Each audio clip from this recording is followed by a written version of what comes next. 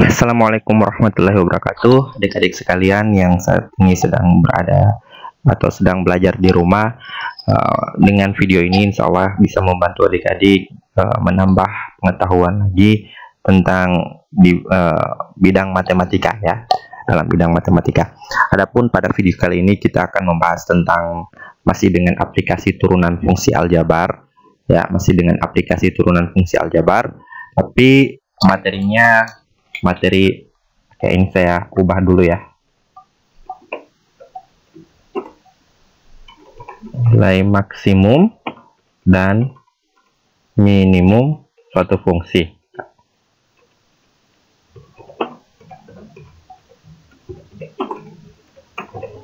Oke, nih nilai maksimum dan nilai minimum suatu fungsi masih kode yang sama, IPK-nya yang berbeda, yaitu 3.9.3, yaitu menyelesaikan nilai maksimum dan nilai minimum suatu fungsi. Dengan submaterinya adalah nilai maksimum dan minimum suatu fungsi.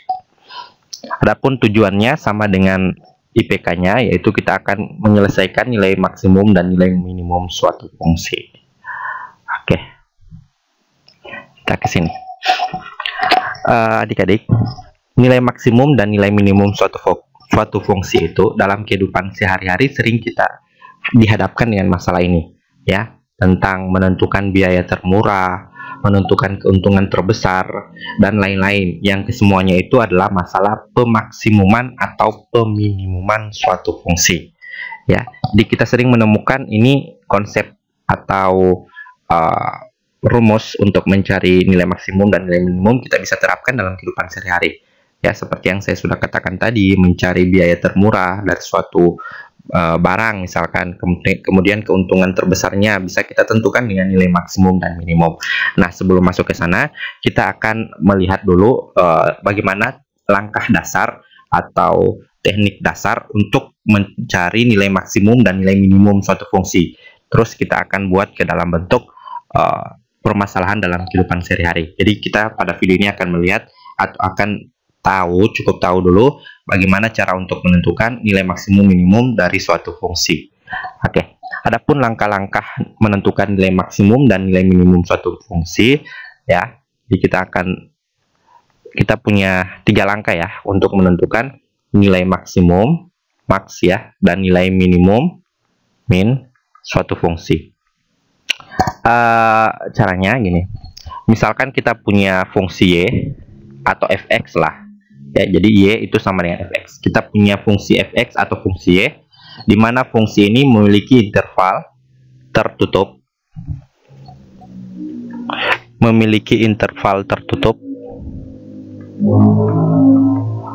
ya, interval tertutupnya pada interval a sampai di b. Nih, ini dia. Misalkan kita punya fungsi fx atau y, dia memiliki interval tertutup. Interval itu adalah selangnya atau nilai x-nya itu berada pada rentang nilai x, yaitu dari a sampai b, gini ya. Jadi misalkan kita punya fungsi fx yang memiliki rentang nilai atau interval x-nya itu berada pada nilai a sampai b, seperti itu. Maka kita bisa tentukan nilai maksimum minimumnya dengan 3 langkah. Yang pertama adalah kita akan cari nilai stasionernya. Ya, nilai stasionernya itu apa? Yang pertama kita cari nilai stasioner. Ya, nilai stasioner. Nilai stasioner itu kita bisa dapatkan dengan cara fungsi fx ini kita turunkan. Ya, fungsi fx ini kita turunkan, jadinya f aksen x. Ini ya. Ini simbol turunan ya. Turunan dari fx atau y aksen gitu. Saya ulangi, jika kita punya y sama dengan fx, ini fungsi, kemudian dia memiliki rentang nilai x-nya yang di dalam ini memiliki rentang nilai dari a sampai dengan b, maka kita punya 3 langkah untuk menyelesaikan atau menentukan nilai maksimum minimumnya. Yang pertama adalah kita cari nilai stasionernya. Apa itu nilai stasioner? Nilai stasioner itu ketika turunan dari fungsi yang diketahui ini, dari fx ini, kita turunkan, nilainya itu sama dengan 0. Gitu ya. Nilai stasioner ketika turunannya itu bernilai 0. Kemudian yang kedua, kita akan menentukan nilai fungsi pada ujung interval. Ya, kita cari nilai fungsi pada ujung interval. Caranya bagaimana? Nanti saya akan jelaskan di contoh soal. Kita akan menentukan nilai fungsi pada interval, pada ujung-ujung interval. Oke, interval ini. Nilai yang ini yang kita ambil nanti. Di sini nantinya akan berbentuk angka. Dan yang ketiga adalah kita bandingkan. Kita bandingkan yang kita peroleh dari langkah pertama dengan langkah yang kedua. Ya, kemudian kita tentukan nilai maksimumnya. Kita bandingkan. Ini kan kita akan menemukan nilai x di sini atau nilai f. X dan x-nya kita dapatkan di sini. Kemudian di sini juga kita akan memperoleh nilai. Kita bandingkan keduanya. Kemudian kita lihat mana yang memiliki nilai fx paling besar. Itulah yang disebut dengan nilai maksimum. Ya, jadi kita akan menemukan nilai fx yang paling besar. Dia adalah nilai maksimum. Ya, nilai fx yang besar dia maksimum. Itu maksimum. Dan yang kecil dia kita namakan nilai minimum. Seperti itu. Jadi ini 3 langkah yang akan kita gunakan untuk menentukan nilai maksimum dan minimum suatu fungsi. Kita lihat contohnya langsung. Ini dasarnya ya. Contoh. Misalkan kita punya fungsi fx. Fx sama dengan x kuadrat plus 6x. X kuadrat ditambah 6x. Kemudian dia memiliki interval. X-nya ini memiliki interval. Intervalnya pada x diantara negatif 4 sampai dengan 0. Jadi x-nya yang di sini, ini interval itu adalah rentang nilai. Rentang nilai dari apa? Dari x ini ya. Rentang nilai dari x-nya berada pada angka diantara negatif 4 sampai 0. Ya, di atas negatif 4. Masuk juga negatif 4 karena di sini ada tanda sama dengan. Sampai di angka 0. Di x-nya ini bisa berlaku negatif 4, negatif 3, negatif 2, negatif 1, 0 gitu. Dan angka-angka yang ada di dalamnya. Oke. Ini intervalnya. Itu artinya rentang nilai ya. Nah, kita akan tentukan nilai maksimum dan nilai minimumnya. Oke, kita jawab. Kita gunakan 3 langkah tadi. Langkah pertama yaitu kita lihat dulu apa yang tadi. Ya, kita cari nilai stasioner ya. Nilai stasionernya. Apa itu nilai stasioner? Nilai stasioner yaitu ketika f aksen x sama dengan 0. Ya. Kita memiliki fx ini. Kita memiliki fx. Fx-nya adalah x kuadrat ditambah 6x. Ini fx ya. Yang kita butuh adalah f aksen x untuk mencari nilai stasionernya. Maka ini kita turunkan. Aksen ini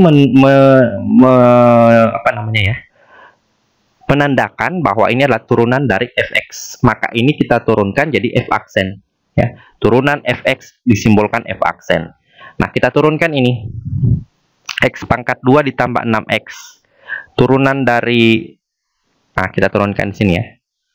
Ini kan x pangkat 2. Kalau turunan itu pangkatnya dengan yang di depannya itu dikali. Jadi ini 2 dikali dengan angka di depan kan 1. Ya, tidak dituliskan 1. Jadi 1 dikali 2. Ya, jadi 2 dikali 1 atau 1 kali 2. Maaf. Jadi ini 2 dikali dengan 1. 2 dikali 1. Terus pangkatnya itu dikurang 1. Jadi 2 dikurang 1. Itu arti dari turunan ya. Jadi pangkat dikali dengan koefisien 2 dikali 1, kemudian pangkatnya dikurang 1. Tambah. Nah, ini turunan dari 6x. Kalau dia turunan 6x, sudah saya jelaskan di video sebelumnya. Kalau dia 6x, turunannya adalah 6. Ya. Tinggal kita hilangkan x, karena dia pangkat 1x-nya. Seperti video sebelumnya. Oke ya. Paham. Kita tulis sama dengan 0. Sama dengan 0. Karena titik stasioner syaratnya ini. F aksen x sama dengan 0. F aksen x sama dengan 0. Nah, ini kita kali. 2 kali 1, 2. 2 kurang 1, 1. Tidak perlu ditulis. Di sini tambah 6. Sama dengan 0. Itu ya. Ini sama dengan 0. Jadi 2, x pangkat 1. Tambah 6. Nah, kita cari nilai x-nya. Ini kita pindah ke ruas kanan. positif 6 ya. Positif 6 kita pindah jadi ini tetap 2x. Ini kita pindah jadinya positif 6 jadi negatif 6. X-nya sama dengan negatif 6. Ini pindah, karena di sini kali, pindah jadi bagi ya. Ini kali 2 kali X, pindah jadi bagi 2. Sehingga X-nya adalah negatif 6 bagi 2, negatif 3. Seperti itu. Nah, setelah kita dapat X, kita cari Fx. Ya, X-nya adalah 3, negatif 3. Maka kita cari Fx di sini. Jadi semua X yang di sini kita ganti dengan negatif 3. Kita tulis ulang soalnya ya. Kita tulis ulang soalnya. Soal ini, bukan yang ini. Soal Fx.